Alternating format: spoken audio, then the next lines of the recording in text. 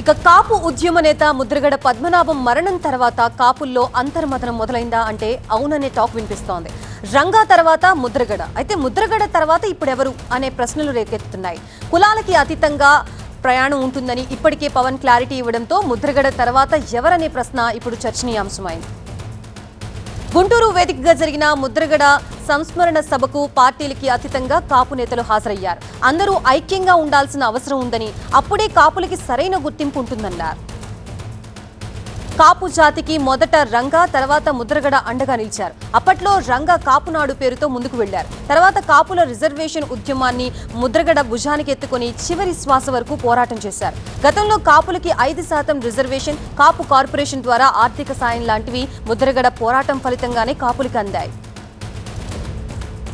అయితే ఇప్పుడు కాపులకి కోసం నిలబడేది ఎవరు? మొదట వంగవీటి రంగా, తర్వాత ముద్రగడ, మరి నెక్స్ట్ ఎవరు?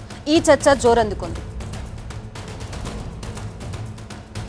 ఇదే అంశానికి సంబంధించి మనకి పూర్తి అప్డేట్స్ అందించడానికి మా ప్రతినిధి నాగరాజు సిద్ధంగా ఉన్నారు. నాగరాజు, కాపు సామాజిక వర్గాన్ని ముందుకు తీసుకువెళ్లే నాయకుడు ఎవరు అనే చర్చ జరుగుతోంది. మరి ఆ నాయకుడి పేరు, ఎలాంటి డిస్కషన్స్ జరుగుతున్నాయి, ఆ పేరు మీద పూర్తి డీటెయిల్స్ ఏంటి?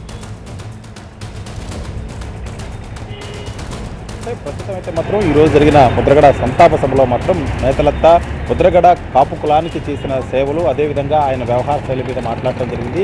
అయితే ప్రధానంగా రాష్ట్రంలో చాలా చోట్ల కూడా ముద్రగడ సంతాప సభలు జరుగుతూ ఉన్నాయి. ప్రధానంగా గుంటూరు, కృష్ణా జిల్లాల్లో కనుక చూస్తున్నట్లయితే కాపు సామాజిక వర్గం ఓటర్లు ఎక్కువ. అదేవిధంగా వంగవీటి రంగా కృష్ణా జిల్లాకు సంబంధించిన వ్యక్తి, విజయవాడ సంబంధించింది కాబట్టి ఆయన శిష్యులు అనేక మంది ఈ ప్రాంతంలో, గుంటూరులో కావచ్చు, విజయవాడలో కావచ్చు, ఎక్కువ మంది ఉన్నారు ఆయన శిష్యులు. ఆయన మరణం తర్వాత రాజకీయాల్లోకి వచ్చిన వాళ్ళు, ఇప్పుడు చాలా సీనియర్లుగా కొనసాగుతున్న కాపు నేతలు అనేక మంది ఉన్నారు. ఈ నేపథ్యంలోనే 2 జిల్లాల నుంచి కూడా ఈరోజు ముద్రగడ సంతాప సభకు అనేక మంది నేతలు అయితే రావడం జరిగింది. పార్టీలకు అతీతంగా కూడా రావడం జరిగింది. అయితే వీరంతా కూడా ఒకటే, ముఖ్యంగా 2014 నుంచి జరుగుతున్న ఎన్నికలను కనుక తీసుకున్నట్టయితే 2014, 19లో కావచ్చు, అదేవిధంగా తర్వాత 19, 24 జరిగిన ఎన్నికల్లో కూడా కాపులు రాజ్యాధికారిని నిర్ణయించే శక్తిగా ఎదిగారు. కాబట్టి రానున్న ఎన్నికల్లో కూడా కాపులంతా కూడా కలిసి ఉండాలి, అప్పుడే ఈ రాజ్యాధికారాన్ని డిసైడ్ చేసే దిశగా ఉండగలుగుతాం. కాబట్టి పార్టీలకు అతీతంగా కలిసి ఉండాలని చెప్పారు. అదేవిధంగా నాయకత్వం, ఎందుకంటే ప్రధానంగా కాపులు వంగవీటి రంగా తర్వాత ముద్రగడ ఏదైతే కాపు రిజర్వేషన్ కోసం చాలా పెద్ద ఎత్తున ఉద్యమం చేసిన నేతగా కూడా ముద్రగడ పద్మనాభం గారికి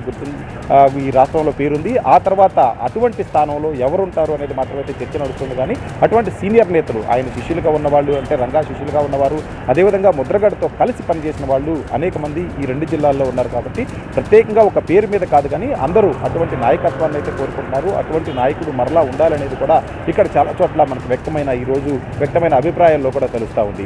అదేవిధంగా ముఖ్యంగా ఎవరైతే సీనియర్లు, అంటే వైసీపీలో చాలా ఎక్కువ మంది ఉన్న కాపు నేతల్లో ఈరోజు మీటింగ్ హాజరైన వాళ్ళలో కూడా మాజీ మంత్రులుగా చూసుకున్నట్టయితే అంబటి రాంబాబు కావచ్చు, విడుదల రజనీ కావచ్చు, ఇటువంటి వారు వచ్చారు. అదేవిధంగా టీడీపీ నుంచి బోండా ఉమా, కృష్ణా జిల్లాకు సంబంధించిన బోండా ఉమా కూడా ఈరోజు సమావేశంలో పాల్గొనడం జరిగింది.